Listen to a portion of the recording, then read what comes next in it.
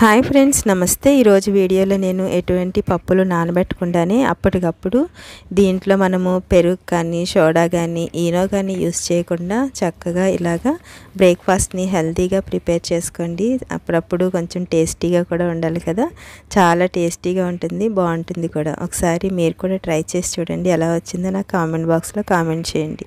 ఇది చేసుకోవడానికి ఫస్ట్ నేను ఇక్కడ ఒక కప్పు బియ్యం పిండి తీసుకున్నాను. ఇది పొడి బియ్యం పిండి.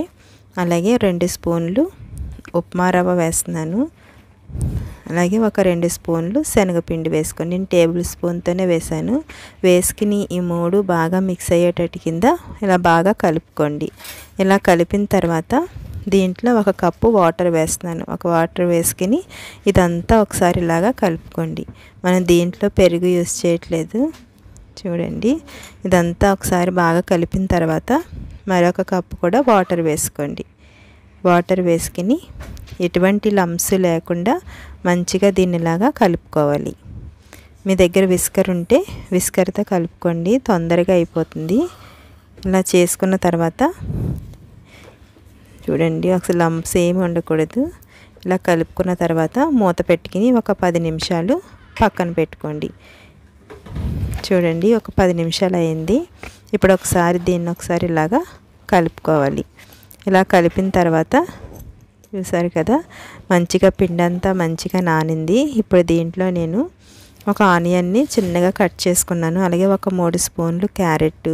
ఆనియన్ చిన్నది తీసుకోండి, మీ క్వాంటిటీని బట్టి వీటిని యాడ్ చేసుకోండి. కరివేపాకు అలాగే కొత్తిమీర కూడా వేసుకోండి. వేసుకున్న తర్వాత ఇప్పుడు దీంట్లో ఒక 1/2 టీ స్పూన్ వాము వేసాను. అలాగే ఒక 1/2 టీ స్పూన్ చిల్లీ ఫ్లేక్స్ వేసాను. మీకు చిల్లీ ఫ్లేక్స్ లేకపోతే కనుక పచ్చిమిర్చిని చిన్నగా కట్ చేసుకుని వేసుకోండి. అలాగే సరిపడినంత సాల్ట్ వేసుకోండి. వేసుకుని ఇదంతా కలిసేటట్టు కింద ఇలా కలుపుకోవాలి. ఈ కన్సిస్టెన్సీ ఉంటే సరిపోతుంది. ఒకసారి చూడండి, ఇలాగా ఉండాలి. మనం రవ్వ దోశ వేసుకుంటాం కదా, దానికన్నా కొంచెం థిక్గా ఉంటే సరిపోతుంది. ఇప్పుడు మనం స్టవ్ మీద ప్యాన్ పెట్టుకుని దీనికి ఇలాగ ఆయిల్ అప్లై చేసుకోండి. ప్యాన్ బాగా హీట్ అవ్వాలి. హీట్ అయిన తర్వాతే మీరు ఈ దోశ అనేది వేసుకోవాలి. చూడండి, ఇలాగ హీట్ అయింది కదా. ఇప్పుడు దీన్ని ఇలాగా మనం దోశలాగా వేసుకోండి. దీన్ని మళ్ళీ ఇలా స్ప్రెడ్ చేయని అవసరం లేదు.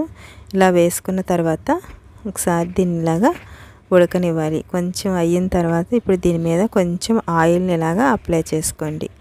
ఇలా ఆయిల్ అప్లై చేసుకున్న తర్వాత మనం దీన్ని మీడియం టు లో ఫ్లేమ్లో పెట్టుకుని చేసుకోండి.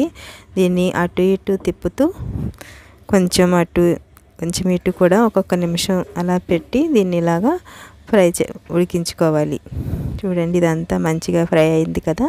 ఇప్పుడు దీన్ని మనము టర్న్ చేసుకుందాం. చాలా ఈజీగానే అయిపోతుంది.